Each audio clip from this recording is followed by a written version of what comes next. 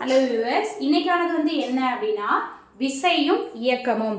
விசையும் இயக்கம்ல வந்து எப்படி அப்படின்னா, இப்போ வந்து விசையும் இயக்கம் அப்படிங்கும்போது இப்போ வந்து எப்படி வந்து ஒரு ஓய்வு நிலையில் உள்ளது இயக்கம்ல வந்து எப்படி இதாகுது அப்படின்னா, டேபிள் மேலே புக் இருக்கு. நான் ஷார்ட்ஸ்ல வந்து செஞ்சு காமிச்சிருக்கேன். டேபிள் மேலே புக் இருக்கு. அதை ஜஸ்ட் இப்போ மூவ் பண்ணால் என்ன ஆகுது? இயக்க நிலைக்கு மாறுது தெரியுமா? அதோட இதை வந்து ஓய்வு நிலையில் இருக்குது. அதுதான் வந்து ஓய்வு நிலையில் வந்து இயக்க நிலையில் வந்து மாறுது.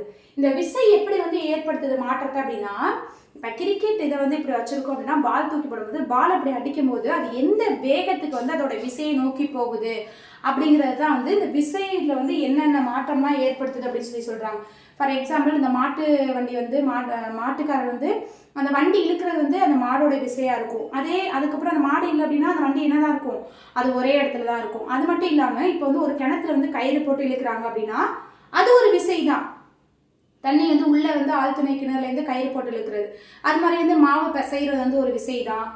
அதுக்கப்புறம் வந்து ஒரு உயிருள்ள பொருளை வந்து புக்கை வந்து இன்னொரு இடத்துக்கு வந்து மாற்றுறது வந்து ஒரு விசை தான். நம்ம விளையாடுறது ஊஞ்சல் இது பண்ணுறது ஒரு விசை தான்.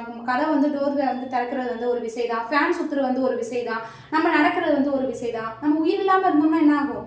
பட்டு தான் இருக்கும். நம்மளை வந்து ஒரு ஆள் தூக்கி கொண்டு போய் போடுறது, இன்னொரு இடத்துல தூக்கி கொண்டு போய் போடுறது, அது மாதிரி தான் இருக்கும். இந்த இதில் வந்து விசையை பொறுத்த வரைக்கும் என்ன அப்படின்னா, உயிருள்ள காரணினா நம்ம தொடுதல், நம்ம தொட்டு இது பண்றது எல்லாமே உயிருள்ள காரணியில வரும். நம்ம உயிரற்ற காரணி அப்படின்னா தொடாமல் ஒரு விசை நகருது அப்படின்னா அது வந்து உயிரற்ற காரணிகள்ல தான் வந்து இந்த விசையை வந்து சொல்றாங்க. அடுத்து வந்து விசைனா அப்படின்னா நம்ம வந்து செய்யற மூமெண்ட் தான். அடுத்து வந்து இயக்கத்தின் வகைகள் வந்து எப்படி இருக்கு அப்படின்னா ஒரு 5 டைப்ஸ் சொல்றாங்க. என்ன அப்படின்னா, நேர்கோட்டு இயக்கம்னா நேரா அதோட பாதையை நோக்கி நேரா போறதுதான் வந்து நேர்கோட்டு இயக்கம். வளைவு பாதை இயக்கம் அப்படின்னா என்ன அப்படின்னா, பந்தை தூக்கி அடிக்கிறோம் அப்படின்னா ஒரு வளைவா போகுது தெரியுமா? அதுதான் வளைவு பாதை இயக்கம்.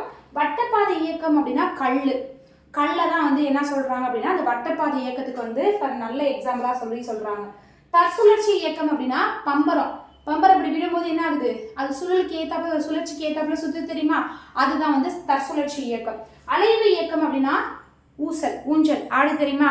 அது அப்படியே முன்ன பின்ன அப்படின்னு அதுதான் வந்து தனி அலைவு இதுக்கு வந்து இயக்கத்துக்கு வந்து நல்ல ஒரு எக்ஸாம்பிளாக வந்து இருக்கு.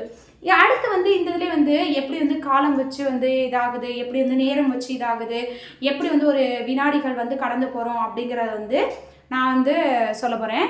இதில் வந்து விசையும் காலத்தோட இதில் வந்து என்ன இது பண்ணுறாங்க அப்படின்னா, அதோட வேகம் வச்சு, இப்போ வேகம் வந்து செகண்ட்ஸு, கடந்த தொலைவு வந்து டி, எடுத்துக்கொண்ட காலம் வந்து டி, டிஸ்டன்ஸு டைமு.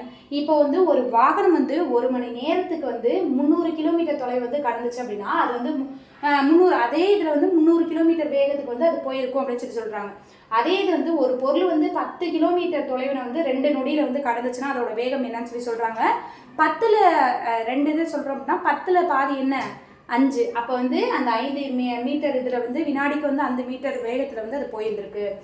அடுத்து வந்து ஒரு பேருந்து வந்து 180 கிலோமீட்டர் தொலைவில் வந்து 3 மணி நேரத்தில் வந்து கடந்துச்சு அப்படின்னா அதோட வேகம் என்னன்னு கேட்டிருக்காங்க. அதே இதுதான் ஸ்பீடு, டிஸ்டன்ஸு, டைமு. அந்த இதில் வந்து என்ன? 180 கிலோமீட்டர் பை 3. இப்போ 3 மணி நேரத்துக்கு வந்து 180 அப்படின்னா 180ல் பாதி என்ன? 60.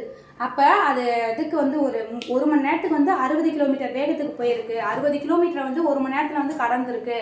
அப்போ வந்து 3 மணி நேரத்துக்கு வந்து 180 கிலோமீட்டர் வேகத்தில் வந்து இப்போ கடந்திருக்காங்க அப்படின்னு சொல்கிறாங்க. இந்த இதில் வந்து இந்த வீடியோட வந்து இந்த விசையும் இயக்கம் வந்து ஃபினிஷ்ட் ஆயிடுச்சு. நெக்ஸ்ட் வந்து இன்னொரு இன்ட்ரெஸ்டிங்கான டாப்பிக்கில் வந்து உங்களை சந்திக்கிறேன். பாய், தேங்க்யூ.